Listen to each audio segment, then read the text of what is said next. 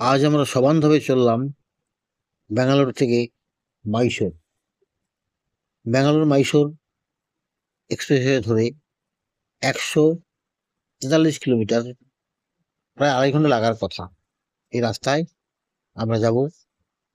মাইসোরে গিয়ে আমরা দেখব বৃন্দাবন গার্ডেন, মাইসোর প্যালেস, এবং ওখান থেকে যাব বন্দিপুর সাফারি করে উটি। সে কাহিনী পরে আসছি। আপাতত দেখুন রাস্তাটা কি সুন্দর। এখানে প্রচুর ময়ূর আছে। ময়ূরের ডাকে পুরো জঙ্গল মুখরিত। এই পথে মাঝে মাঝে হরিণ চলে আসে, ময়ূর চলে আসে, হাতি চলে আসে, এবং তার জন্য মাঝে মাঝে বিজ্ঞপ্তি দেওয়া আছে, সাবধানে গাড়ি চালা।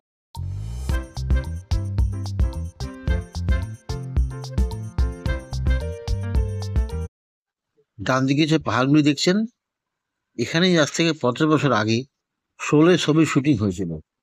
আমরা ব্যাঙ্গালোর থেকে 35 কিলোমিটার চলে এসেছি, এবং সেই শুটিং স্পট ডান পাশে পাহাড়ি। আমরা এখানে এখন যাব না, আমরা সোজা চলেছি। রাস্তাটা দেখুন কি অদ্ভুত, কি সুন্দর, কি পরিষ্কার পরিচ্ছন্ন। এই রাস্তায় আমাদের গাড়ির গতি 110, 20, 30, 35 পর্যন্ত দেখলাম। আর অনেকে এর চেয়েও জোরে যাচ্ছে। রাস্তাই এমন যেখানে গাড়ি জোরে না চালালে সেটা বরং খারাপই দেখাবে।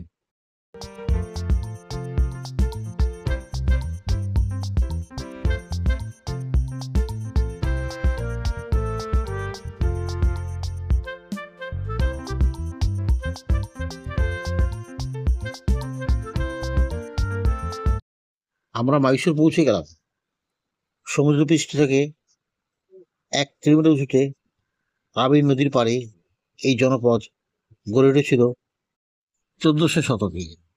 তখন এখানে ছিল কাঠের দুর্গ, এবং তার মধ্যে ছিল এই কাঠের প্রাসাদ। কিন্তু কয়েকবার আগুন লেগে সেটি পুরো নষ্ট হয়ে যায়। 1897 সালে বর্তমান প্রাসাদটি তৈরি করা শুরু হয়। এর নকশা করেছিলেন হেনরি আরউইন, এবং নির্মাণ কার্যের প্রধান ছিলেন রাঘবলু নাইডু। 1912 সালে নির্মাণ কার্য শেষ হয়। তখন খরচা হয়েছিল 42 কোটি টাকা।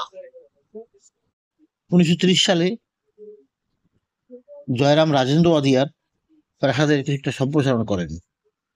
মূল প্রাসাদটি চারদিকে সুন্দর গাছ, এবং গাছগুলো এর আরো বেশি সৌন্দর্য প্রদান করেছে। সোনার পল্ল দেওয়া কেন্দ্রীয় ভবনটি দেখা যায়। ব্যাটারি চালিত গাড়িতে এই পুরো চত্বরটাই ঘুরে দেখা যায়। 4টি গেট আছে। আমরা যে গেট দিয়ে ঢুকেছি এটি মেইন গেট। এটিকে পূবের গেট বলে। এছাড়া উত্তরে জয়রাম গেট, দক্ষিণে বলরাম গেট, এবং পশ্চিমে বরাহদ্বার বা বরাহ গেটও আছে।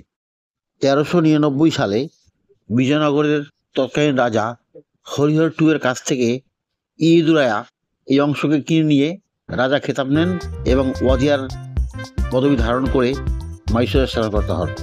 এই গেটটা পূব দিকে। এন্ট্রি ফি বড়দের জন্য 120 টাকা, আর 8 থেকে 18 বছরের বাচ্চাদের জন্য 50 টাকা, বিদেশিদের জন্য 1000 টাকা। ধূসর গ্রানাইট পাথরের তৈরি। মূল বিনুতে 5 তলা উঁচু বর্গাকার টাওয়ার আছে। কেন্দ্রে সোনার প্রলেপ দেওয়া গম্বুজও আছে। 1565 খ্রিস্টাব্দে বিজয়নগরের পতন ঘটলে তৎকালীন মাইসোরের শাসক মাইসোরকে স্বাধীন দেশ হিসাবে ঘোষণা করেন। মাইসোরের প্রথম স্বাধীন রাজা ইদুরায়ার নাতি টিমওয়াজা ওয়াদিয়া টু।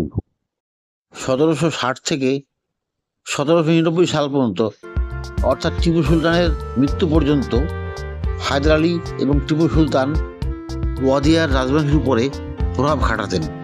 হায়দার আলী এবং টিপু সুলতানের রাজধানী ছিল শ্রীরঙ্গপত্তনম, এবং হায়দার আলী ছিলেন ওয়াদিয়ার বংশের ওয়াদিয়ার রাজাদের সেনাপ্রধান। টিপু সুলতানকে হত্যা করে ব্রিটিশরা মাইসোরের রাজত্বকে তাদের করদাতা হিসাবে ঘোষণা করে, এবং বাৎসরিক টাকা পয়সার চুক্তি করে। তখন একজন 4 বছরের বাচ্চাকে ওয়াদিয়ার বংশের রাজা হিসাবে ব্রিটিশরা সিংহাসনে বসায়। টিপু সুলতান ছিলেন সমরবিদ্যায় পারদর্শী। তার তৈরি করা আর্টিলারি প্রথম রকেট বলে মনে করা হয়, এবং আজও নাসার প্রবেশদ্বারে টিপু সুলতানের মূর্তি আছে।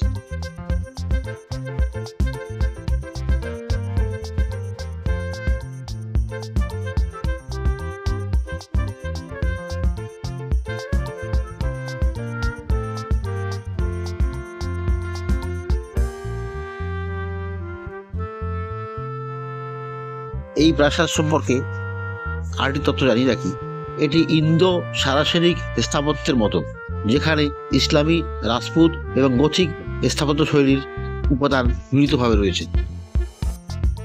মূল প্রাসাদটি 245 ফুট লম্বা এবং 156 ফুট চওড়া।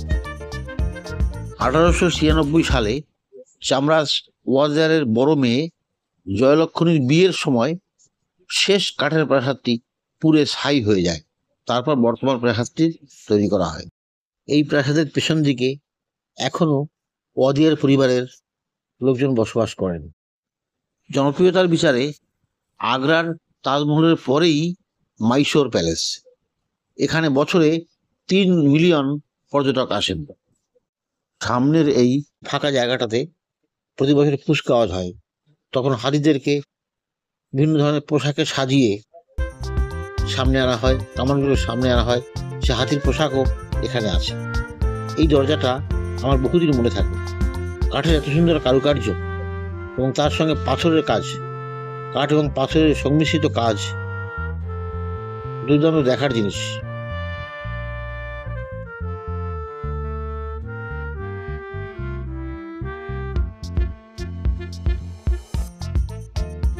ভিডিওটি সম্পূর্ণ দেখার জন্য ধন্যবাদ। আমার চ্যানেল আমার সাদা চোখে সাবস্ক্রাইব করে সঙ্গে থাকবেন। সকলকে অশেষ ধন্যবাদ।